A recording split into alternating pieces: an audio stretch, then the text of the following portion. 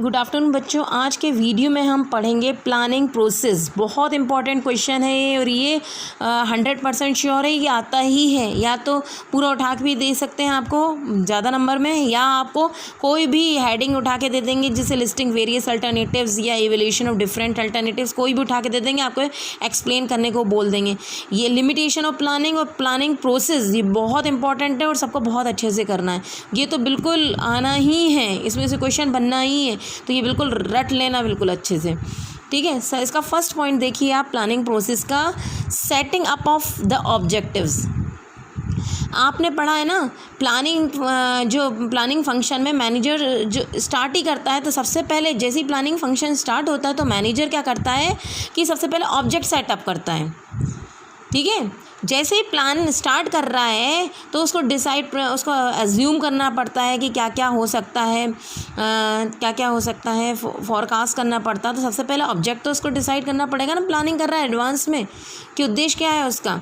तो सबसे पहले मैनेजर जो उसके प्लानिंग फंक्शन बिगेन ही होता है ऑब्जेक्ट सेटअप करने से।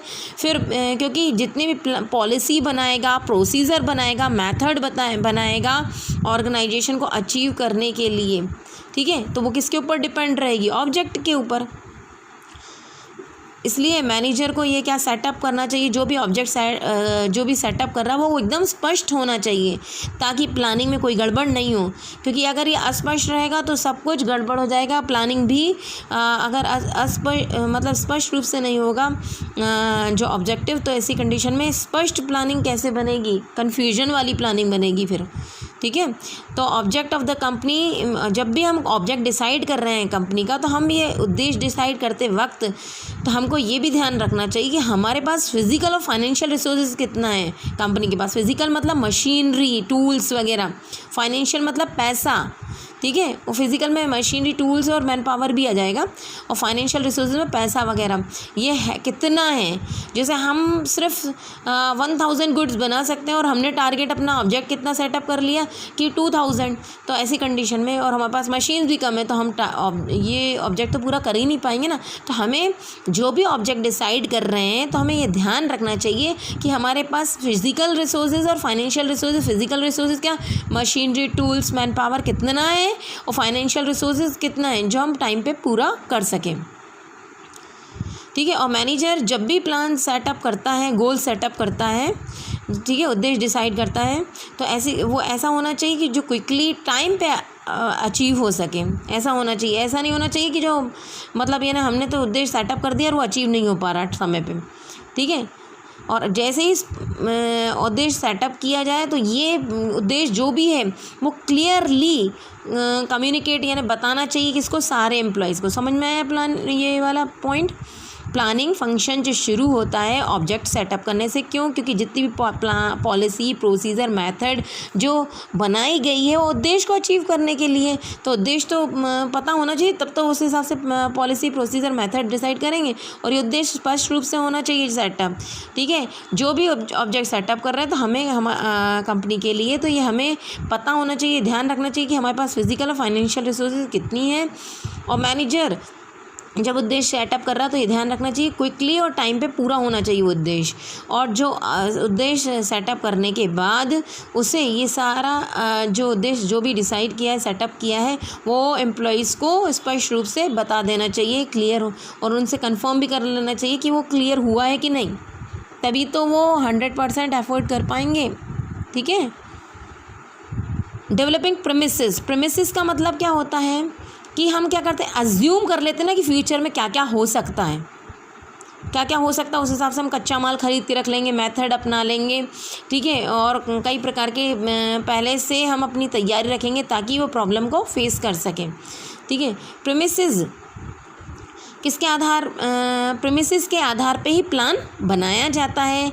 ये एक प्रकार का फॉरकास्ट ही रहता है जिसमें एग्जिस्टिंग प्लान जो रहता है, जो एग्जिस्टिंग प्लान है वो पास्ट इन्फॉर्मेशन जो भी पॉलिसी जो थी ना पुरानी पॉलिसी, उसके आधार पर किया जाता है फॉरकास्ट।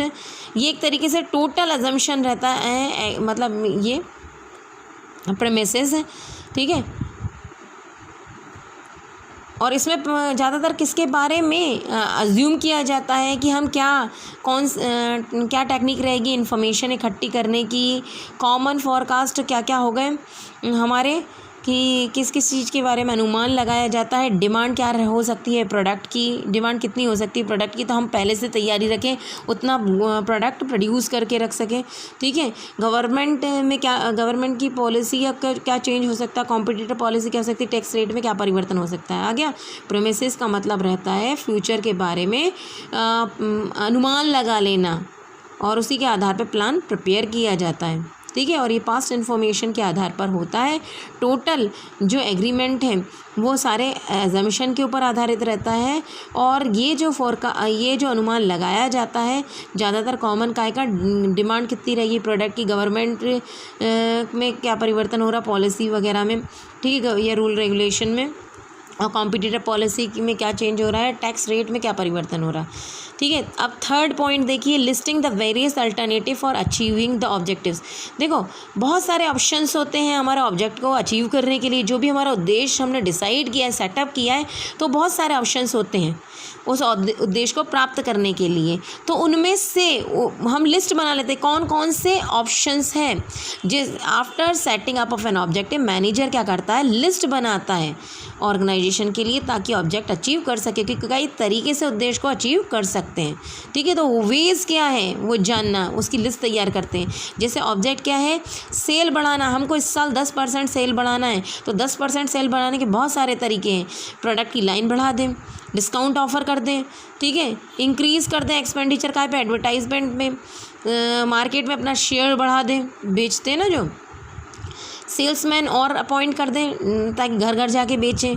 तो इस तरीके से जो ये लिस्ट बना दी कि ये 10% सेल बढ़ाना है, तो ये तरीके हैं जिससे 10% सेल बढ़ सकती है। अब हमें जो लगेगा हम वो सेलेक्ट करेंगे। ठीक है, नेक्स्ट क्या है, fourth point, evolution of different alternatives.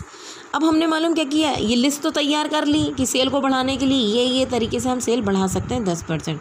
ठीक है, अब क्या करेंगे, after making the list of alternatives along with assumption supporting them, हमने लिस्ट बना ली कि ऑब्जेक्ट इन तरीक़ों से हम उद्देश्य प्राप्त कर सकते हैं, फिर हम उनके बारे में अजम्पशन करते हैं, ठीक है, या प्रेडिक्शन करते हैं। Manager evaluate each and her alternative के बारे में पॉजिटिव, जो हर एक ऑप्शन के बारे में पॉजिटिव और नेगेटिव पॉइंट नोट डाउन कर लेता है हर एक अल्टरनेटिव्स के।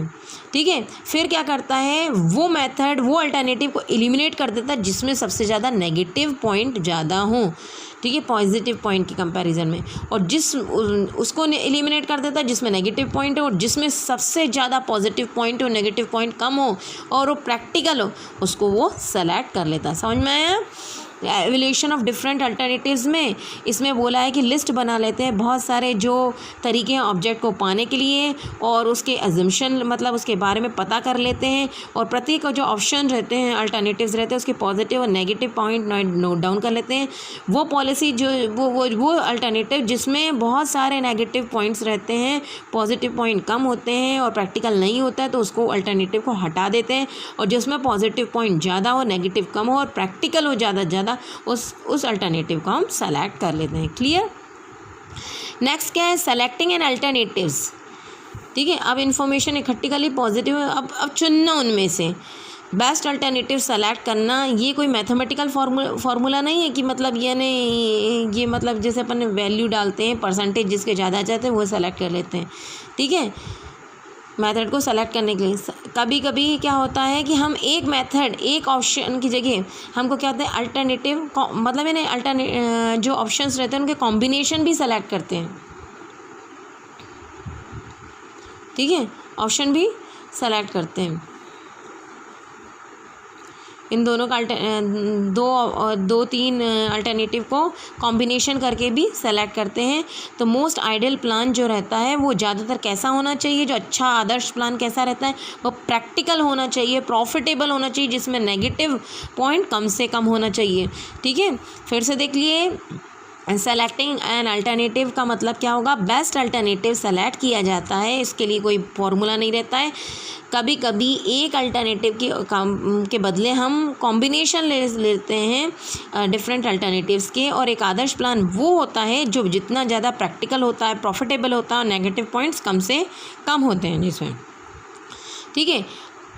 जैसे ही हम प्रिपेयर करते हैं, मेन प्लान को तैयार करते हैं, तो उसके साथ छोटे छोटे प्लान और तैयार करते हैं जो सपोर्ट करता है किसको, मेन प्लान को।